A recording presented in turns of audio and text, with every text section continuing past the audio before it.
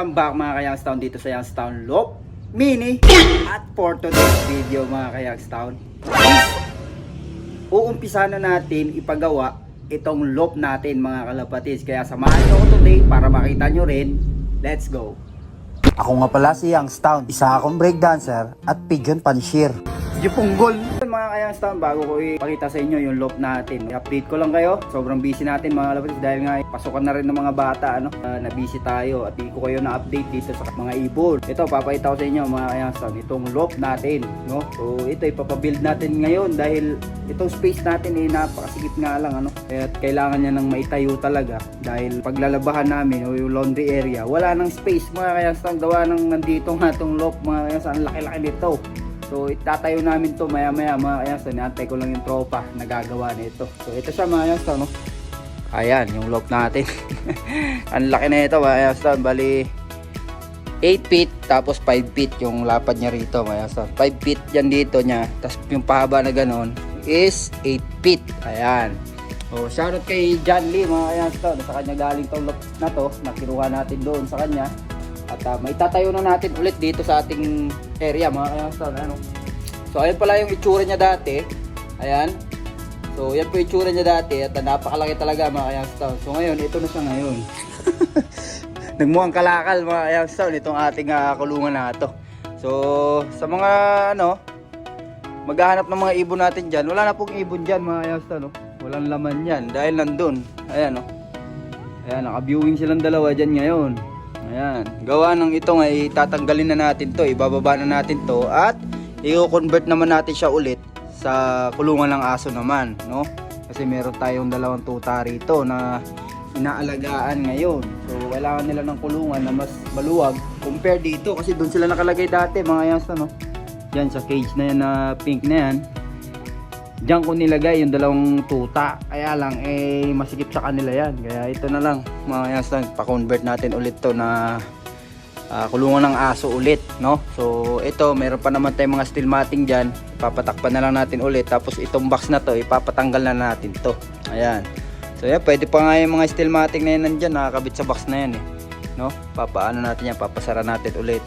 Papawelding natin, tapos palagyan natin ng paa para may paa mga Youngstown at mabilis lang linisin, no? Alright, so yun mga Youngstown yung update dito. At nausap ko naman yung tropa na gagawa nga, si John Herold mga Youngstown. Pupunta daw siya mga 3 PM mga Youngstown. Hiniram daw yung welding niya yung machine niya, welding machine niya mga Youngstown. Hiniram daw ng kumpare niya. Sabi niya alas 3 pa lang daw siya makakapunta. Sabi ko, kung ganung oras kami lagi mag-iimpisa, wala kaming matatapos, So tatagal yung trabaho na dapat isang araw lang sana o 2 araw tapos na sana to. Kasi i-assemble lang naman ulit mga Youngstown, i-welding lang ulit no?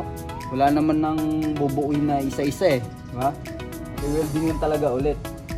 Ang mahirap lang dito mga Youngstown dahil naputol na yung mga parte-parte. Mahirap na yung mga dugtungan nito mga Youngstown at mukhang hindi matibay, no? Sana magawa ng paraan ni John Herold para maging matibay pa rin itong loop mga ka-Youngstown, no? Lalo at pataas siya. At lalagyan niya natin ng paa. Yung mga paa nito mga Youngstown nandito Ayan Yan. Nandiyan yung hagdanan. Tapos ito yung bubong ng waiting area mga Youngstown. So may waiting area kasi ito Ayan Ayan yung waiting area, ayan yung flooring niya. 5 feet din yung haba niyan. Kaya sukat na sukat talaga dito sa haba niyan mga Youngstown dito. Bali 8 feet nandito na yung banda mga Youngstown, yung 8 feet. Ayan, hanggang dyan sa may patukaan. Yung ito pa lang. Aabot na dito yan mga Youngstown. Yan dito. Tapos 5 feet yung waiting area kaya sakto sana dito. Ang problema lang, hindi naman na sa atin to mga Youngstown, itong area na to. At sa bali-balita ko magbabayad na yata yung nakabila dito mga Youngstown, no? Hindi pa kasi sila naka full payment talaga rito. Yan, so ngayon magbabayad ata sila. Di ko alam kung anong nila kasi hindi naman ako nakikialam about sa pera o usapan na ganito, no? Talaga ako nakikialam diyan mga Youngstown. Kaya pag may pera nga ako mga Youngstown, naka-surrender ka agad diyan kay Mrs. Hindi talaga ako nag-aano ng pera mga Youngstown. So yun. Salamat din tayo sa mga sumusuporta sa atin. At mabubuo na natin ulit itong ating kulungan mga kalapatids, no? para sa ating mga ibon. Yan, para maging komportable sila. Tapos itong mga breeder kasi natin, tigi isang clutch lang itong mga Youngstown eh. Yan oh. Itong mga breeder natin na to. Ito, isang clutch tayo dito, pero dito, iisa pa tayo dito sa dalawang to. Kasi ito, hindi naman nila anak to mga Youngstown eh. Itong dalawang to. Hindi nila anak yan. Yan.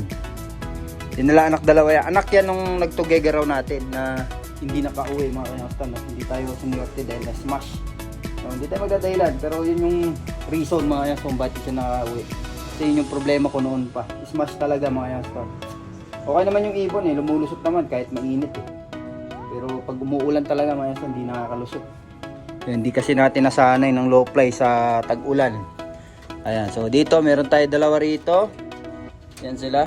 Isang clutch lang din tayo dito. Yan, baga subok line mga Youngstown. Yan, halos lahat naman ng nagbi-breed, kahit champion pa yung binili mong breeder, ay yung anak mo, subok line pa rin yun. Kasi nga, ikaw na yung nagbi-breed eh. Di ba? Ikaw na yung maglilipad. Kahit bumili ka ng champion line, eh, di ka pa rin siguradong mananalo. Di ba? Yun, lahat naman eh dumadaan sa ganyan. Yun mga kalapatids.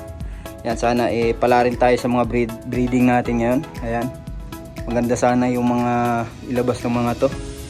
Yan, so hindi na muna ako kumuha ng mga ring mga kalapatids. Tama na yung isang super set na muna. Dahil wala na tayong budget mga Youngstown para sa another super set pa. So tatlong club kasi natin ay 4. So hindi na muna ako kumuha mga kalapatids. Ang dami kasi na super set ngayon. Ang dami palaro ngayon mga kalapatids sa mga club. Kaya lang hindi tayo makakakuha dahil wala nga tayong budget. Ano? So kapos tayo sa budget dahil pasokan nga ng mga bata. May tuition, may school supply pa. Diba? Uniform, sapatos. Ang daming binibili mga Youngstown. Ano? So yun. Tis-tis muna tayo. Tiyaga-tiyaga lang muna. At soon magbubunga din lahat ng to. Alright. Ayan. So sana mabuo namin ng tama to. Kasi kung sino yung kumalas na ito doon, siya lang din naman ang magbubuo. Ito mga kalapatids, sliding door to. Ayan yung pinto. Ayan yung pinakapinto natin. Ayan. So dito itatayo yan sa may part na to. Ayan. Dito mga kalapatids. Ayan. Dito. Nakatayo siya dyan. Sa taas na yan. At ito nga yung dalawang paa na ito, naka-ready na. Ayan o. Hindi lang sila paras yung taba, pero paras matibay naman yan mga Youngstown eh. Bakal naman parehas yan, at i-welding naman. Hindi naman na itatayo lang na ganyan lang. Tapos i-ano natin yung paa, i-semento natin para tumibay talaga. No? Ito viewing to mga Youngstown, itong part na to. Viewing, ito, viewing area to. Tapos may 360 viewing din to eh. May 360 viewing din siya. Tapos ito yung pinaka likod niya. Pinakaharang niya sa likod. Ito. Itong ano na to. Yan. Ito. Yung may liso. Yan o. Yan yung pinakaan niya sa likod. Ito yung flooring. Yan. O, soon mga kalapatids, i-update ko kayo kapag nabuo na to. Alright? Alright.